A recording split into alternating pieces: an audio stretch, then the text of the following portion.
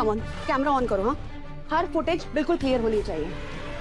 जैसा कि आप देख सकते हैं कि मैं आज रजवाड़ी चटका की फैक्ट्री के सामने खड़ी हूँ। वो जहरीला अचार जिसने उदयपुर की आम जनता को मौत की कगार पर लाकर खड़ा कर दिया, वो अचार इसी फैक्ट्री में बनाया जाता है।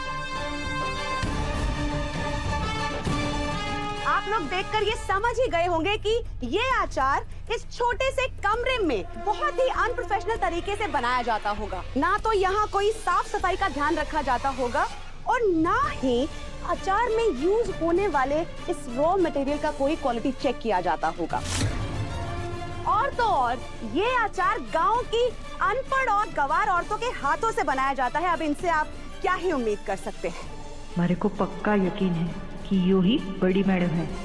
आप खुद इनका पहनावा देख सकते हैं। ना तो इनके हाथों में कोई ग्लव्स है और ना ही इनके बालों को ढकने के लिए किसी तरह की कोई हेयर कैप दी गई है। इसका मतलब जो रजवाड़ी चटका आपके घरों में पहुंच रहा है वो अचार नहीं बल्कि जहर है। उषा जी बस कीजिए, कुछ भी बोली जा रही हैं आप रिपोर्टर हैं, कोई स्टोरी टेलर नहीं है। जो जी में आ रहा है आप लोगों को कहानियां सुनाई जा रही हैं। आपका काम है जनता तक सच पहुंचाना, ना कि झूठी अफवाहें फैलाना। अच्छा, अब मैं झूठ बोल रही हूँ? और नहीं तो क्या, आप ही झूठ बोल रही हैं। आपने कहा कि हमारे रजवाड़ी चटका की फैक्ट्री में साफ सफाई का बिल्कुल ध्यान न रखा जाता है, जो झूठ है। आपने कहा कि हमारे अचार बनाने की सामग्री में किसी की कोई नजर ना होवे, जो भी झूठ है। झूठ बोला तो बोला, लेकिन ये सारी औरतें जिनके हाथों में अन्नपूर्णा बसे है, आपने उन्हें अनपढ़ कहकर उनका अपमान किया है, उन्हें नीचा दिखाया है। कहाँ लिखा है कि जो औरतें पढ़ी लिखी ना होवे वो अचार ना बना सके? शायद आप एक औरत होकर एक औरत की ताकत भूल रही हैं उषा जी।